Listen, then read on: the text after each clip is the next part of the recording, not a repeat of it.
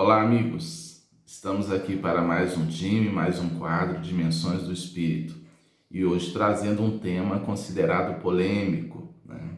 Chico Xavier foi a reencarnação de João Evangelista e de Allan Kardec? Curioso tema, né? Vamos conversar um pouco sobre isso e o nosso objetivo é estudar doutrina espírita, mesmo abordando um tema assim.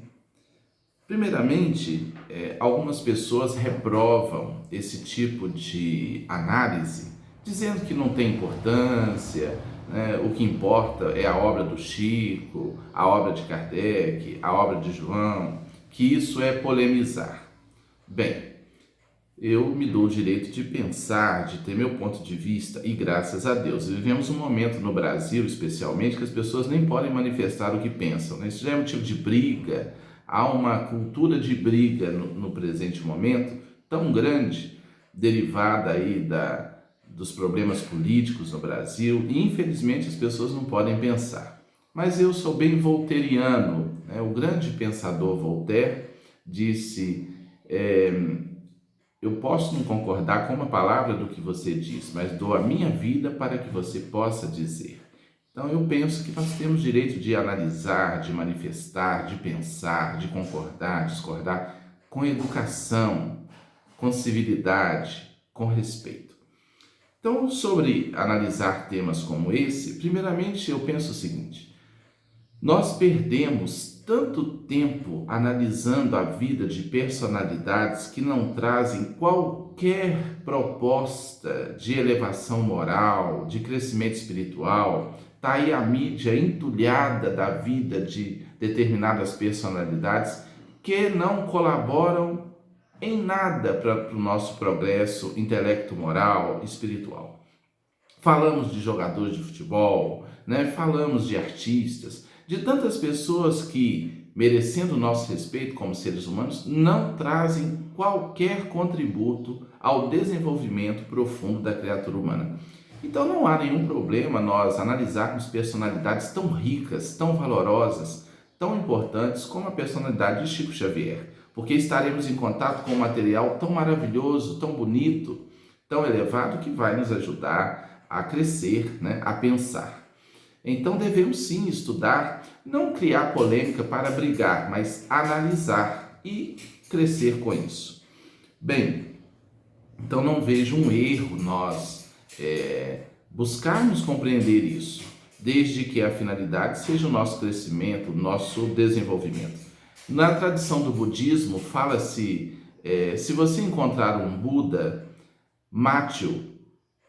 É meio forte, mas é um símbolo perfeito para dizer o seguinte: quando a gente encontra um Buda, um iluminado, a gente não pode ficar ali detido, só admirando, venerando, senão a gente não cresce. Nós temos que olhar, admirar e ter como exemplo e modelo para o nosso crescimento pessoal. Então, nossa proposta aqui não é idolatrar Chico Xavier, é analisar de fato a vida dele. E também não pretendemos aqui dizer, bater o martelo, é isso, ele é a reencarnação ou não é a reencarnação. Não é o que mais importa. O que importa é a análise que nós faremos. Primeiramente, na questão 780A de O Livro dos Espíritos, os Espíritos esclarecem que o que acontece primeiro é a nossa evolução intelectual e depois o nosso desenvolvimento moral. Se Chico Xavier apresentou a vida inteira uma grande evolução moral, significa que intelectualmente ele já era desenvolvido. O fato de ter tido só quarta série primária numa encarnação, isso não significa absolutamente nada. Há pessoas que fazem várias graduações e continuam atoleimadas, sem conhecimento, né? Estuda um pouquinho numa vida. Um espírito como Chico Xavier pode ter estudado muito, muito, muito neste planeta e em outros planetas, né? Porque nós acreditamos na pluralidade dos mundos habitados. Então, se Chico já tinha essa evolução moral, imaginemos a condição intelectual desse espírito. Mas ele se apagou profundamente para que a obra aparecesse, né? à semelhança de João o Batista, né, que disse que era necessário que ele diminuísse para que o Cristo crescesse. Chico fez isso o tempo todo na sua vida e nós sabemos disso. Então vamos analisar um pouco a condição, esse paralelismo, primeiro entre Chico e João Evangelista. João Evangelista, o jovem adolescente, né, conhecido como discípulo amado de Jesus, filho de Zebedeu e Salomé, irmão de Tiago Maior. Ele era também pescador, nasceu em Betsaida. Bem, há uma passagem, João Evangelista também é famoso por ter recebido o Apocalipse, né, mediunicamente. Ele foi desdobrado do corpo, teve contato com as esferas superiores, voltou e psicografou, né, escreveu mediunicamente o Apocalipse.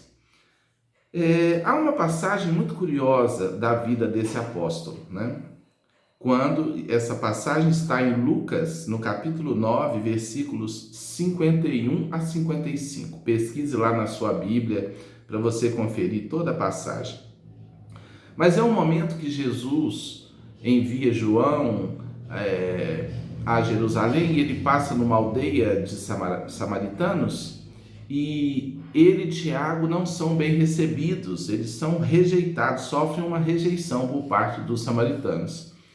E quando eles encontram Jesus, eles perguntam se poderiam orar aos céus para que descesse fogo do alto e consumisse aqueles samaritanos que não tinham ouvido, não tinham dado importância a eles. E a partir daquele momento eu imagino que Jesus deu o meu Jesus ri. Eu não sei se o Jesus de vocês, né, se ele ri, mas eu acho que Jesus deve ter dado uma gargalhada, né? Porque a partir daquele momento ele passou a chamar os irmãos de filhos do trovão, porque eles queriam que descesse fogo do céu, ou seja, uma postura muito caridosa, né? Muito amorosa. E Jesus ainda os admoestou depois, né? Dizendo que ele não tinha vindo para destruir ninguém, que ele tinha vindo para salvar o povo. Então vejamos a postura do apóstolo João, né? Ele queria que descesse fogo do céu. Você imagina Chico Xavier pedindo que desça fogo do céu para consumir alguém? O que você pensa? Claro que não, né? O homem enfrentou todos os obstáculos, entregou sua vida por amor. Então é evidente que a evolução de Chico Xavier está além de João Evangelista. É que nós temos os apóstolos como seres santos, né? Nós santificamos os apóstolos. Foram seres que foram se santificando ao longo da vida, mas muitos deles falhos, né? Como todos nós. Então Chico Xavier apresentou a vida inteira uma conduta muito acima dos próprios apóstolos da época de Jesus, o que é normal, porque o espírito evolui. Olha a vida de Chico Xavier e olha a vida, né? Pedro decepando a orelha do soldado Malco, né? Caritativamente ele decepa a orelha, Jesus cola a orelha do soldado e diz: Simão, embainha a tua espada, quem pela espada fere, pela espada será ferido, né? Muito bem. Então nós vemos que em relação a João Evangelista, Chico pode ser perfeitamente a reencarnação dele, sem demérito nenhum para o apóstolo amado, né? Acho que seria uma honra para João ser comparado à vida de Chico. Não estamos dizendo que seja, estamos dizendo que poderia, do ponto de vista doutrinário, perfeitamente ser. Em relação a Kardec, né? Aí os kardecistas, porque não existe kardecismo, existe espiritismo, né? Kardecismo seria a doutrina de Kardec, a doutrina não é de Kardec, a doutrina é dos espíritos, por isso é espiritismo. No Brasil, para diferenciar o espírita de outros religiosos, da Umbanda, do Candomblé, da Quimbanda, nós passamos a usar espírita kardecista, mas isso não existe, existe espírita, né? Porque a doutrina não é de Kardec. Kardec, um ser notável, um ser iluminado, né? Que deixou aí a codificação, uma parceria com os espíritos. Deixou 5 livros básicos, mais alguns outros poucos livros, mas livros de fato excelentes. Mas com toda a intelectualidade de Kardec, com todo o bom senso, a iluminação do codificador, a quem devemos e muito, nós vemos a obra de Chico Xavier transcender a obra de Allan Kardec, sem dúvida alguma. Por sinal, em obras póstumas, há um registro do Espírito da Verdade, dizendo que Kardec não demoraria em voltar. Eu penso que se demorar, seria então pelo menos no século seguinte, né? Se Kardec desencarna em 1869, ele não passaria o século XX inteiro sem voltar. Então, daí a tese de que Chico pode ser Kardec não fere em nada o bom senso. Ah, mas Chico era uma alma muito sensível, uma alma frágil. Meus amigos, que inocência nossa, né? Uma criança que levava garfo na barriga, que comeu o pão que o diabo amassou com o rabo, que sofreu ataques de toda a natureza e cresceu iluminado. Ah, mas Chico lá no avião pediu para socorro a Emmanuel e ficou ali apavorado. Chico se identificou com os demais ali na sua humanidade, sem desejar demonstrar uma elevação. Um homem como esse, que passou de tudo, ia ter medo da morte assim? Porque sabemos que Kardec é a reencarnação de João Hus, que morreu na fogueira com total coragem, né? Cantando.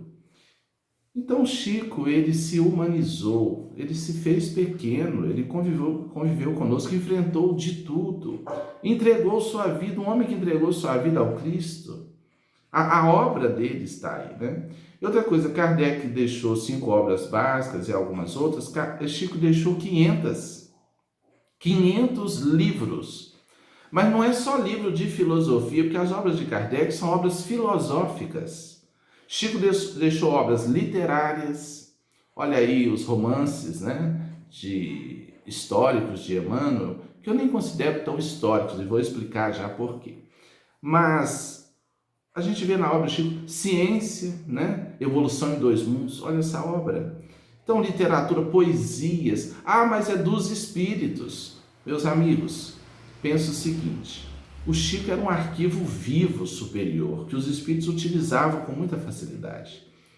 Então, inclusive dizem que a obra de André Luiz, que no início foi muito difícil, porque Chico teve que baixar a vibração dele para ter sintonia com o espírito. Normalmente os espíritos estão acima dos médiuns. No caso do Chico, acredito eu, sem idolatria, que o Chico tinha que buscar essa sintonia, porque ele estava acima, muito acima dos espíritos. Compare a vida de Chico Xavier e a vida do médico André Luiz quando encarnado. Analisemos isso. Então nós vemos em Chico Xavier um modelo diferente de mediunidade, né? Nós sabemos que na maioria dos casos, os espíritos estão acima dos médiuns utilizados por eles. No caso do Chico, eu penso ser o contrário. Inclusive, entre Emmanuel e Chico, eu penso que Chico pode estar acima tranquilamente de Emmanuel.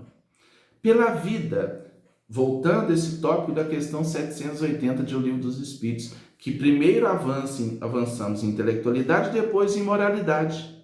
Olha a vida, a vivência, né, de Chico Xavier. Nós temos, por exemplo, o romance Paulo e Estevão. Alguns dizem, mas Paulo e Estevão diferem das cartas de Paulo em alguns pontos. Eu concordo plenamente, porque eu acredito que Paulo e Estevão esteja muito acima das cartas de Paulo. Paulo não queria que a mulher falasse na igreja, Paulo combatia a homossexualidade. Paulo era um homem iluminado, foi um grande missionário, mas entre carregar as cartas de Paulo e o livro Paulo e Estevão está bem acima. A proposta espiritual e moral do romance Paulo e Estevão está indubitavelmente acima. Porque é literatura, né? Pode ter algo ali que não seja exatamente daquele tipo, que a proposta ali é a mensagem de elevação que a obra nos traz. E de repente o próprio apóstolo Paulo ajudando, né, a construir a obra. Dizem que perguntaram uma vez a Chico, mas a obra é de Emmanuel? Paulo e Estevão é de Emmanuel? Ele falou assim, é o que se pode dizer. Mas certamente pode ter tido o concurso do próprio apóstolo.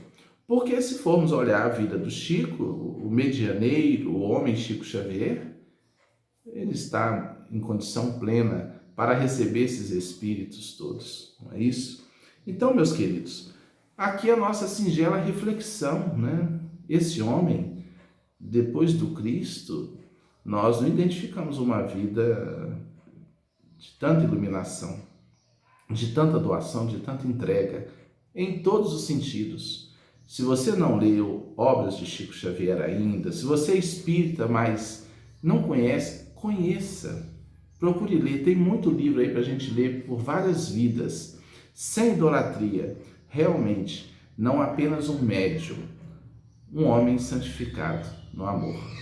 Ok? É nossa singela opinião. Agora, se ele não foi, se foi, eu penso que ele está realmente acima, tanto de João quanto de Kardec.